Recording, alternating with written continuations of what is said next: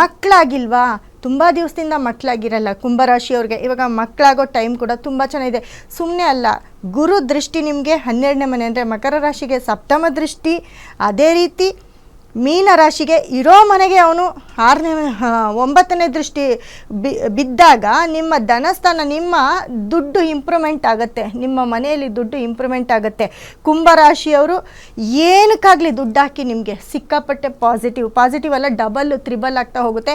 ಮತ್ತು ನಾನು ಏನು ಹೇಳ್ದೇಳಿ, ವಸೂಲು ಮಾಡಬೇಕು. ಕೊಟ್ಟಿರೋ ದುಡ್ಡು ಯಾವುದು, ಕಳ್ಕೊಂಡಿರೋ ದುಡ್ಡು, ಕೊಟ್ಟಿರೋ ದುಡ್ಡು, ಶೇರ್ ಮಾರ್ಕೆಟ್ಗೆ ಹಾಕಿರೋ ದುಡ್ಡು, ಅಥವಾ ಎಲ್ಲೋ ಒಂದು ಕಡೆ ದುಡ್ಡು ಬರಬೇಕಾಗಿರೋದು, ನಿಮ್ಮದೇ ದುಡ್ಡು ಸ್ಟಕ್ ಆಗ್ತಿರುತ್ತೆ. ನಿಮ್ಮ ಕಂಪನಿಗಳಲ್ಲಿ ನಿಮಗೆ ಬರಬೇಕಾಗಿರೋವಂಥ ದುಡ್ಡು, ಏನು ಕೆಲಸ ಮಾಡಿರ್ತೀರಾ ಆ ದುಡ್ಡುಗಳು ಎಷ್ಟೋ ದಿವಸದಿಂದ ನಿಂತೋಗಿರುತ್ತೆ. ಕೋರ್ಟು ಕೇಸು ಇದರಿಂದ ನಿಂತೋಗಿರೋಂಥ ದುಡ್ಡಾಗಿರ್ಬೋದು, ಜಾಗ ಆಗಿರ್ಬೋದು, ಎಲ್ಲವನ್ನು ಪಡ್ಕೊಳ್ಳೋ ಅಂಥ ಟೈಮು ಕುಂಭರಾಶಿಯವ್ರಿಗೆ ಇವಾಗ ಒದಗಿ ಬಂದಿದೆ.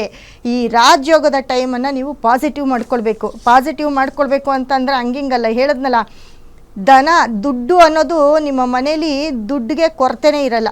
ನೀವು ಒಂದು 50 ವರ್ಷ ಆದರೂ ಇಷ್ಟು ಸಂಪಾದನೆ ಮಾಡಲ್ಲ. ನಿಮ್ಮದು ತುಂಬ ದುಡ್ಡುಗಳು ಕೊಟ್ಟು ಕಳ್ಕೊಂಡಿರ್ತೀರಲ್ಲ, ಇವಾಗ ಕೇಳಕ್ಕೆ ಸ್ಟಾರ್ಟ್ ಮಾಡಿ. ಕೇಳೋದು ಅಂದರೆ ಹಂಗೆಲ್ಲ ನಿಮ್ಮನ್ನು ಗುರು ಕೇಳಿಸ್ತಾನೆ. ಅದರಲ್ಲೂ ಹೇಗೆ ಕೇಳಿಸ್ತಾನೆ ಅಂತಂದರೆ, ಕಂಪ್ಲೇಂಟ್ ಮೂಲಕ, ಸ್ಟೇಷನ್ ಮೂಲಕ ನಿಮ್ಮದೇ ನಡೆಯುತ್ತಿವಾಗ. ಕುಂಭರಾಶಿಯವ್ರು ಏನು ಮಾಡಿದ್ರು ಓಕೆ, ನಿಮ್ಮ ದುಡ್ಡು ನಿಮಗೆ ಬರಬೇಕು ಅಂತಂದರೆ ನೀವು ಯಾವ ರೀತಿಯಾದರೂ ಪ್ರೊಸೀಡ್ ಮಾಡ್ಬೋದು. ಹೇಳದ್ನಲ್ಲ, ಜಗಳ ಕದನ ಏನಾದರೂ ಮಾಡ್ತೀರಾ, ಆದರೆ ದುಡ್ಡು ಮಾತ್ರ ಬಂದೇ ಬರುತ್ತೆ. ಕೊಡದೇ ಇರೋನು ಕೂಡ ಯಾರಿಗಾದ್ರೂ ಒಬ್ಬರಿಗೆ ತೊಗೊಂಡೋಗಿ ನೀವು ಕಂಪ್ಲೇಂಟು ಅಥವಾ ಏನಾದರೂ ಒಂದು ಕೇಸ್ ಹಾಕಿದ್ರೆ ಖಂಡಿತ ಅವರು ಬಂದು ಕೊಡ್ತಾರೆ. ಕೇಳೋದನ್ನು, ಆದರೆ ಆ ಕೇಳೋ ರೀತಿ ಇದೆಯಲ್ಲ, ಕೇಳೋ ಸಮಯ ಇದೆಯಲ್ಲ, ಅದು ಇಂಪಾರ್ಟೆಂಟು. ಯಾಕಂದರೆ ನಿಮಗೆ ಬಂದಿರೋವಂಥ ಈ 4 ತಿಂಗಳಲ್ಲಿ ಆ ಟೈಮ್ ಕೂಡ ಇಂಪಾರ್ಟೆಂಟ್ ಆಗಿರುತ್ತೆ. ಹಾಗಾಗಿ ಟೈಮು ಕೂಡ ಮುಖ್ಯ ಆಗಿರುತ್ತೆ. ನೀವು ತಗೊಳ್ಳಿ.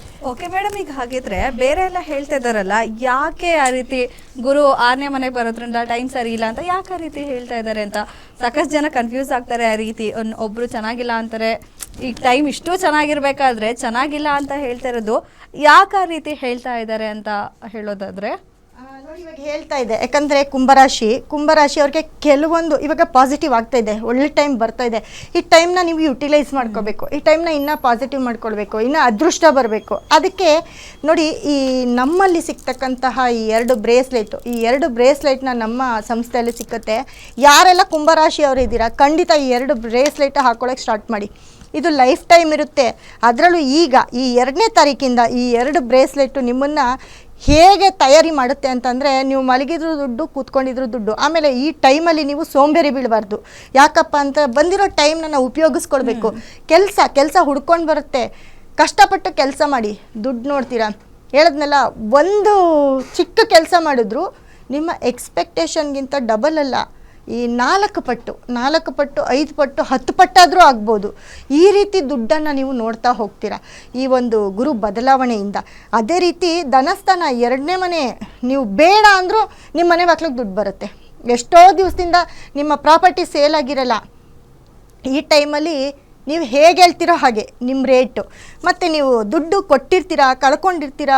ತುಂಬ ಜನ ದುಡ್ಡನ್ನು ಕಳ್ಕೊಂಡಿರ್ತಾರೆ, ಕೊಟ್ಬಿಟ್ಟಿರ್ತಾರೆ, ಬಂದಿರಲ್ಲ, ನಿಮ್ಗೆ ಕೊಡಬೇಕಾಗಿರೋರು ಕೊಟ್ಟಿರಲ್ಲ.